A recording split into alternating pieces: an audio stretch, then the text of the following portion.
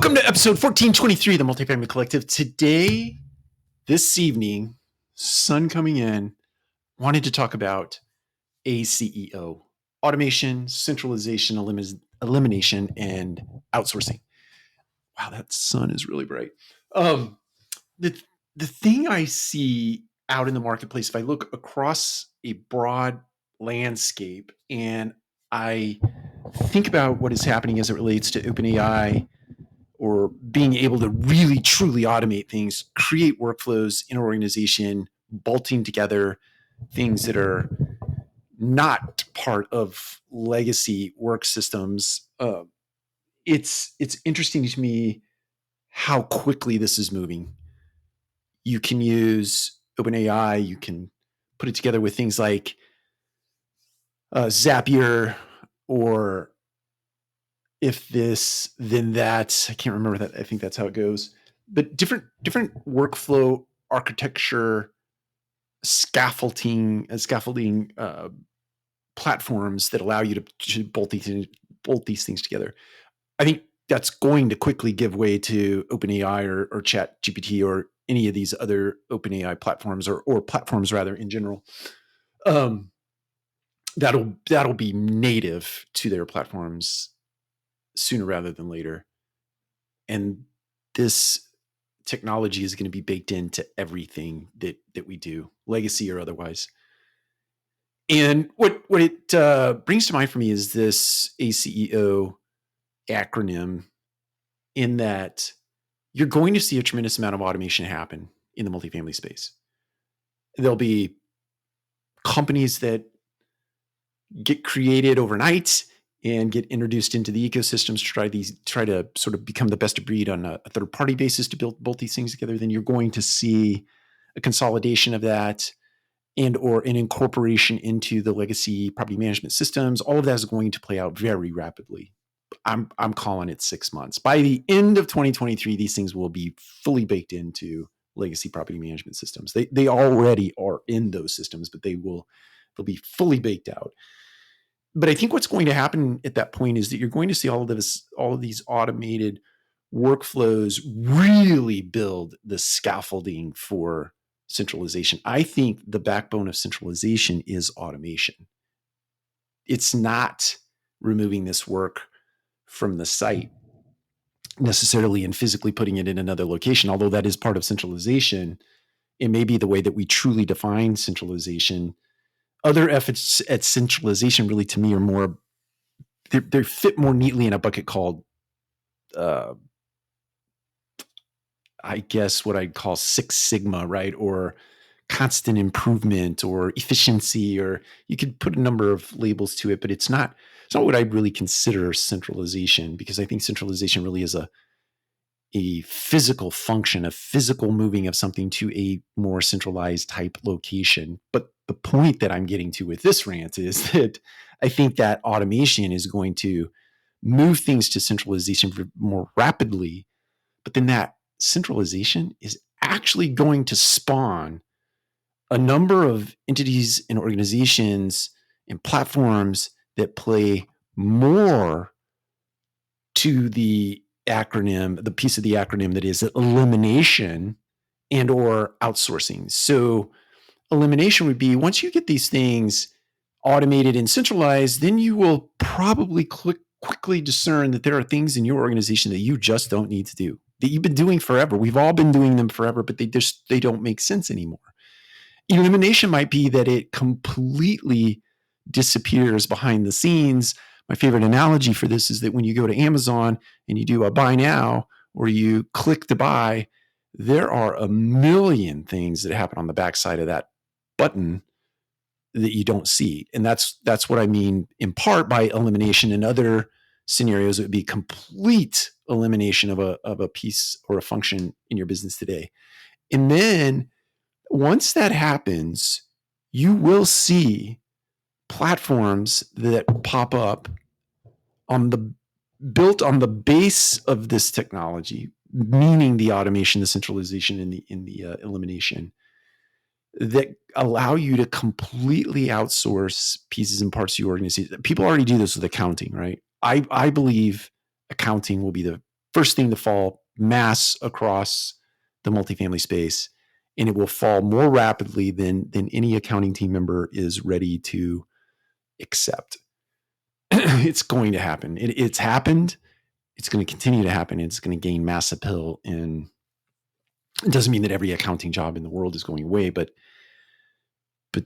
it'll be severely impacted, and there will be loss of headcount, and there will be reimagining work roles and responsibilities as it relates to those team members. So I want to make sure that we're all out for the accountants in terms of reskilling and upskilling and moving them into different parts of our business where they can continue to thrive inside of an ecosystem, a multifamily ecosystem. But I think that job very swiftly is going to go away. That includes everything from financial reporting to include variance notes and an AI discerning, business reasons for things that are out of alignment with the budget or out of alignment with the pro forma. And it'll include some action items as it relates to things you need to do to get those things back on course and or continue to accelerate the piece of the beautiful outcome that you might be achieving on your property. But there will be platforms that are built specifically for outsourcing big pieces of your organization, very big in labor intense,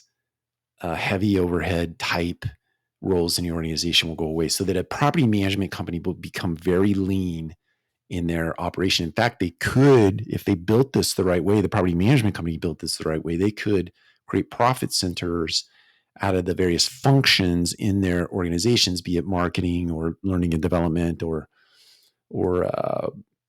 talent development, leadership, things of that nature. All of the silos, the traditional silos that you see in a marketing or a multifamily firm, property management firm, you can start to create profit centers out of those things. I remember reading a story a long time ago, Home Depot, Bob Nardelli, I believe. Now we could argue that Bob ran Home Depot into the ground, but Bob very famously put together, I believe, an HR department where they started selling.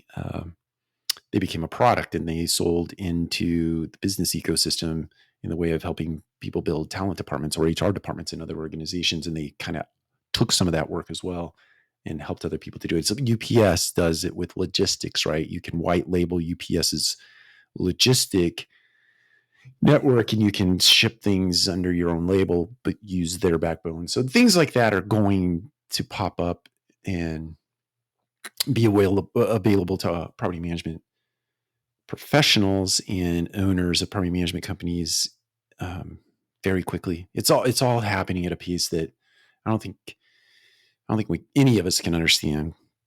Every day I wake up and I read 2 to 4 articles in the morning about how AI is invading every part of our business. I mean, business in general, be it human resources or learning and development or operations in general or construction projects, CapEx. I mean, everything is being impacted by this. And I read 2 to 4 things in the morning, every morning. And I'm like, I wouldn't even have thought of that. So I just think it's hitting our business ecosystem. Like I remember describing prop tech as a tsunami that was making landfall in the multifamily space. This thing is like, I don't know what's worse than a tsunami.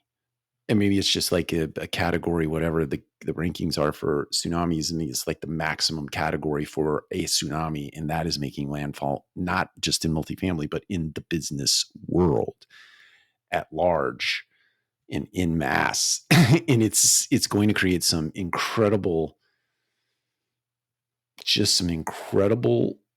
really reorientation of the way that we do work. This whole idea of the hierarchy as a way to govern a business is subject to change, right? And I think for the first time, you could really organize a business around a socialocracy or a holacracy and design it around projects as opposed to this traditional hierarchy of leadership. Maybe that hierarchy still exists for the triaging of communication in the way of an adverse event. Another COVID happens, you probably need some sort of hierarchy to triage information or to triage decision making. But even in that case, you could probably build a decision tree in an AI system that would govern the way that you handle set event, right? Something happens out in the broader world, and that data gets fed into your chat GPT in terms of a risk or in the frame of a risk management plan. And it helps you avoid risk, mitigate risk, plan for, and maybe even red team a risk and do risk scenarios before risk even gets into your organization. No matter what the nature of the risk is, whatever the catalyst might be, you've already pre-gamed all of this stuff.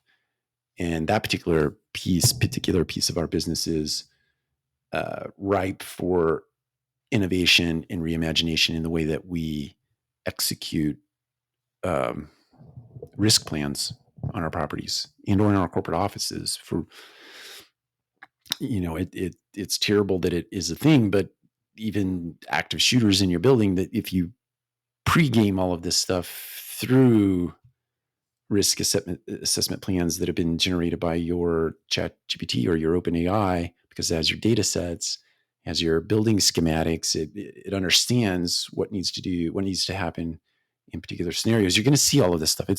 I know I'm just like stream of consciousness right now, but I'm incredibly excited about what is happening with this technology. I'm also borderline terrified, and I don't use that word lightly, but borderline terrified for people who don't get out ahead of this. I can tell you at Radco, we are embracing OpenAI. We are embracing generative AI.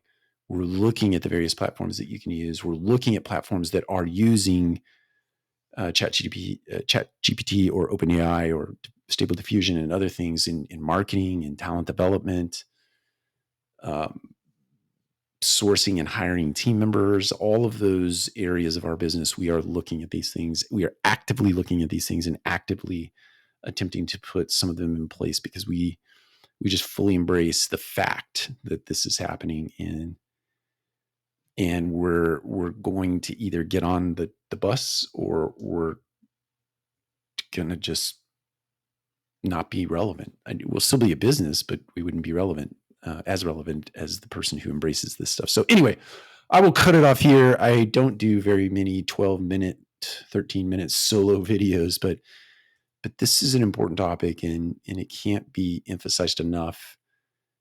It's the wild, wild west right now, and there is no roadmap for this. There is no SOP for this. In my head, you just have to get out there and become a practitioner of the technology, become a practitioner of what is happening out there. Read everything you can. Some of it is just pure crap that you read.